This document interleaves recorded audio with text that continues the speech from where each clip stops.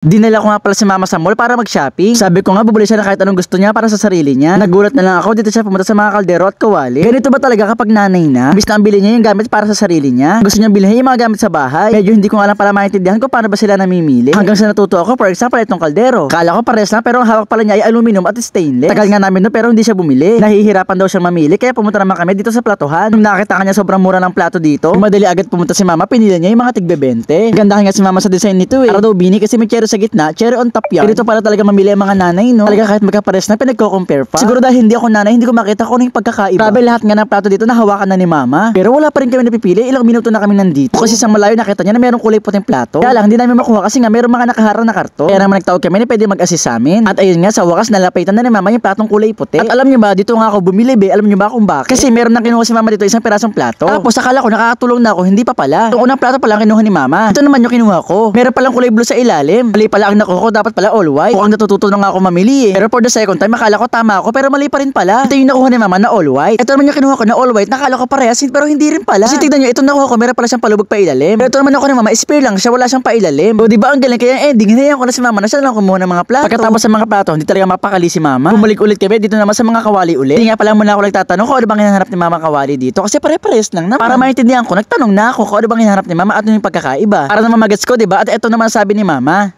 Ito malalim.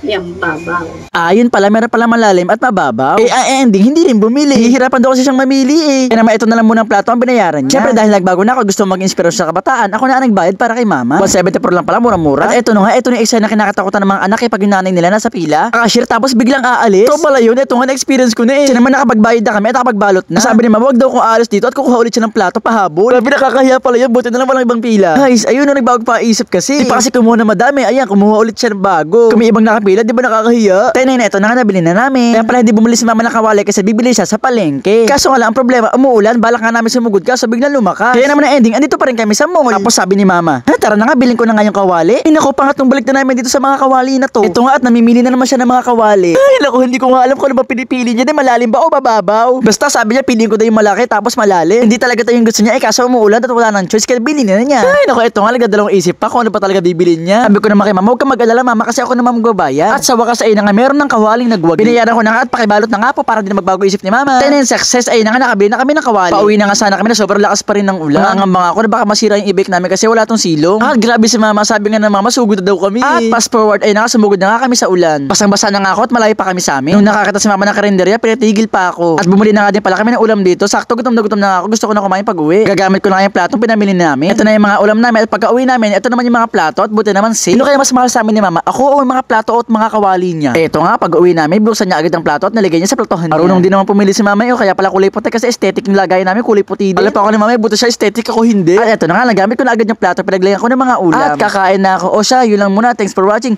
Bye-bye! Ay, wait lang, ganoon di ba mag-shopping ang mga nanay niyo? Yes or no? Kung yes, ay grabe, same tayo. Yeah!